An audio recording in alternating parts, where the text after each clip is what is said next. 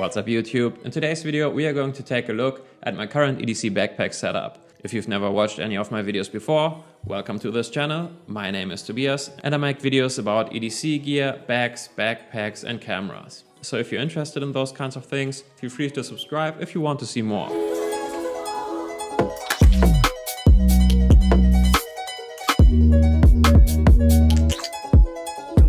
Just one piece of information though, this video is actually part 2 of my EDC update. Part 1 is about the stuff that I carry in my pockets, so if you're also interested in seeing that, or if you want to learn more about me as a person and why I carry what I carry, you should probably pause this video first, watch part 1 and then get back to this video. With that out of the way and without any further ado, let's get into this backpack setup.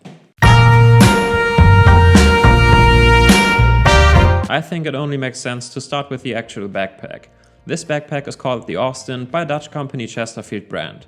It's made from cow pull-up leather and costs about 180 euros. If you have seen my previous EDC bag videos, you will know that I've tested and used quite a variety of bags and backpacks already. Everything from semi-military go rugs to the tiny man bag Max Edge. So why now this backpack? Well, before I was always looking for something that I could actually use for everything. And that's what I always said in my videos. I wanted a backpack that I could go to work with and use for a day hike on the weekend, as well as for shopping, photography and nights out on bars and restaurants. But over the years, I have come to realize a couple of things. Number one, it is impossible to have one backpack to do it all. There are backpacks that work really well for a lot of things, but at the end of the day, it will always be a compromise. There is something like a jack of all trades, master of none situation, even in the backpack world. And second, I'm not doing all of these activities all of the time, so I should prioritize. And sure enough, that's what I did before, but as I explained in part 1 of my EDC update, my priorities have shifted over the past year or so. So now my focus is less on all-out toughness and how it performs outdoors, but more on how it looks in any given situation, if it has a certain level of professionality to it, and if it allows me to carry and organize the stuff that I truly need for my day-to-day life. So, while browsing the internet, I came across this backpack and I wanted to try it. As you can see, it's a leather backpack and it is a lot smaller than most of my previous EDC backpacks. Also, most of my other backpacks had some kind of main compartment with a full clamshell opening or side access, and with very little to no internal organization. This guy, on the other hand, has a front compartment with card holders and pen loops, a flat zippered compartment on the front for quick access, the main compartment with an internal laptop sleeve, more pen loops and a small pouch, more card holders and yet another zippered pocket, and also, on the rear, a fully separate zippered laptop compartment. That is a lot of pockets and ways to organize my stuff, and I love it. The backpack itself is great thus far, it's decent quality for what it is, but it is still way on the cheap side for a full leather backpack and you definitely can't feel that in certain areas. For example, I don't like the material they used for the internal lining of the backpack. Even though it's not horrible, it's just not nice either. And I also seriously don't like the mesh on the rear side and under the carrying straps. It's not like it doesn't work or that it has failed on me, but it feels really cheap and plasticky. I'm honestly not a fan of mesh on backpacks anyway, and much prefer having some kind of canvas there, like you get on the Go Rug or the NutSac Backpack. But if it has to be a mesh backside, make it at least feel halfway nice. But anyway, while it sure is no Go Rug in terms of how it feels on my back, it's still comfortable to carry. I have used this backpack day in and day out on recent trips to the Netherlands and to Italy, and I have no pain or issues in terms of comfort to report whatsoever. In terms of its durability, the leather is reinforced when it matters, especially on the bottom and on the handle, and the stitching is adequate as far as I can tell. I haven't noticed any issues yet, despite using it a lot over the past few months and loading it up to the brim for the majority of that time. So overall, it's a decent leather backpack with a lot of potential for organization and an aesthetic that works in the office, out in the city, and at least to a degree while out hiking. So it ticks all the boxes for me. And with the backpack out of the way, let's get into the more interesting stuff, which is the actual gear. There are some basics that I always want to bring, no matter the bag I'm carrying. Most importantly, that is a power bank and all the cables I need to recharge all the stuff I use regularly, as well as some basic medication and a multi-tool. So if I have the space for it, I always bring this pouch, which is made by Maxpedition. This is a system that has grown over the years into what it is now. It covers all the basics and then some, without being unnecessarily overloaded. I won't go through all the items that I got in here in detail because I already made a separate video about it, linked in the description below if you're interested. But just to name a few, there is a 10,000 mAh power bank with USB-C power delivery and cables for devices with USB Type-C, Lightning or micro USB connectors, a Sharpie, a Leatherman Rebar as a legal to carry multi-tool, a powerful flashlight by Olight called the CK2 Pro, my asthma spray, a gas lighter, a charging brick, some meds like ibuprofen and anti-diarrhea and caffeine pills, a small trash bag, a small sewing kit, a Tide to go to remove nasty stains, and so on in here. I don't need all of the stuff that is in there all of the time, but a lot of it often enough that it justifies me carrying it. And the rest either doesn't get in the way, but it could be helpful if I ever needed it, or it is so important that I would rather bring it and not need it than need it and not have it. Other basics might include stuff like my sunglasses, which are made by Ray-Ban and are called the Chris. I have had these for 6 years now, dropped them dozens of times, and I will probably replace them at some point. But until then, I really like how they look and the overall quality. I also make sure to always have a pack of paper tissues with me, readily available in this pocket inside my main compartment. Also, I usually keep my keys in my backpack, at least in the summer, when I'm not wearing any kind of jacket. In this day and age, a mask would also fall into this category, I guess. Masks are still mandatory inside every restaurant or store, so I always keep a backup mask in my backpack in case the one that I have in my pockets breaks or I forget to bring it.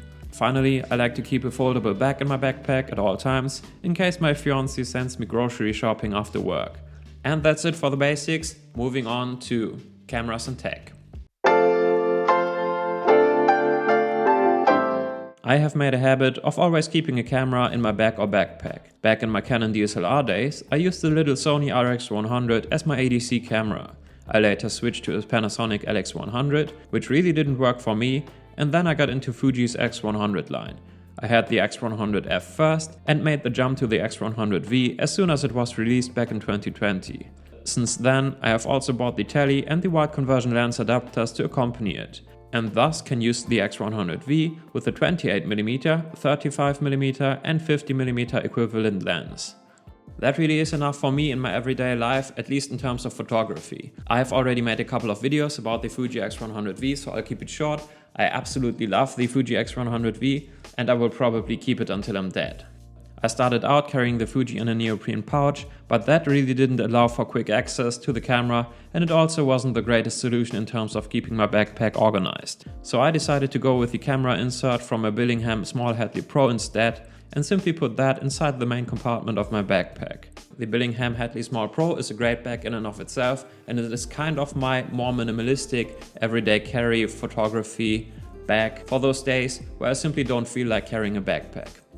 So inside the camera insert I keep the X100V itself and, stacked on top of each other, with a separator in between the two conversion lenses. But there is more. The Fuji X100V is great for photos and it actually also shoots great video. In fact, I'm filming on it right now, but it doesn't have any kind of internal image stabilization, so you always need a tripod to shoot video with it. And therefore, it's not really suitable for on-the-fly video recording and vlogging. I actually record a lot of video in my day-to-day life, mainly for the memories, but sometimes also for the channel, and therefore I want a decently small yet still capable camera for video as well, and the Sony ZV1 is just that for me. It is technically the latest offspring of the RX100 line of cameras. I don't like the plastic body at all, but at least it does what it promises to do. It takes great video in a small form factor. I use it with this Ulanzi wide angle adapter to get a wider field of view. It does make the camera bigger and heavier, but it's still worth it for me. I've been using this camera with the adapter extensively for the past 4 or 5 months, and so far no issues to report in terms of the motors or overall well-being of the camera. I also always bring a spare battery for both the Sony and the Fuji, because battery life isn't great on either of the two cameras. And that's it for the cameras I carry. I also have a filter pouch with me with a 49mm polarizer, as well as a 49mm Tiffin Black Pro Mist filter for my Fuji X100V, and I also bring the Sony grip with me to have at least some kind of tripod on me in case I need it. So in between the Fuji X100V with both the conversion lenses and the Sony ZV1 with the Ulanzi adapter, I think I got a pretty good setup that covers all of my everyday and travel photography and videography needs. In terms of tech, I also have my 11-inch iPad Pro with me 95% of the time.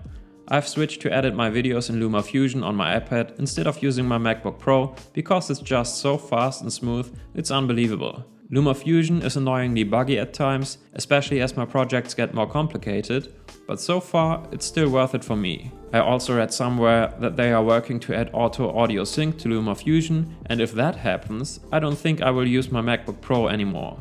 I used the iPad like a digital notebook with the Apple Pen and GoodNotes every now and then. I used it more back in the day when I was studying for my second state exam and I had all my scripts in there and could highlight them and stuff while I was on the train or whatever. So I could use my time a lot more efficiently.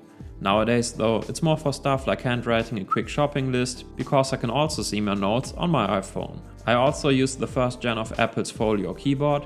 I would love to have the added benefits of the trackpad and the backlit keyboard they offer now, but last time I checked, the new keyboard costs 350 euros, so that is a hard no from me. I am somewhat financially irresponsible, but I'm not that financially irresponsible. And also the Folio keyboard still works great, and after all, the iPad is a big touchscreen, so you can work with it even without a trackpad. Overall, the iPad Pro is probably my favorite piece of tech that I've ever bought, and also the one that gets used the most. I love the size of the 11-inch version and I still prefer to the 12.9, so I truly hope that Apple will continue to make this size and also bring the better display and other updates to this line of the iPad Pro. But anyway, for easy file transfer and storage, I also bring this Anker USB-C Hub and a 500GB RavPower SSD. The Anker Hub allows me to connect SD cards and external hard drives while charging the iPad at the same time. And more importantly, unlike other off-brand dongles I used previously, this one has never had any issues to connect or stopped working for no reason. I keep both the USB-C Hub as well as the SSD inside the small zippered pouch in the main compartment. Last but not least are my AirPod Pros. They are wonderful and well worth the money in my opinion. The case stretches up a lot easier than I would have thought, and there are snail trails all over it, but in terms of functionality, it's a 10 out of 10 for me. One last thing, I sometimes bring a small video micro or the Rode lavalier mic if I want to capture better audio for any of my videos. I rarely ever use them when I'm out and about, but if I do, they offer great quality for their size. And that's it for my camera and tech. Now, onto the other stuff that I keep in my backpack. One thing I bring with me a lot right now that might be a bit out of the ordinary is a towel. But it's not any towel, it's this hammam towel by a company called Le Stoff. My fiancé and I saw these in a store, they are 25 euros a piece and we were immediately hooked. They are very thin and you can roll them up into a fairly small bundle and they almost feel more like a thin blanket than a towel. They are, however, very absorbent and actually work great as a towel.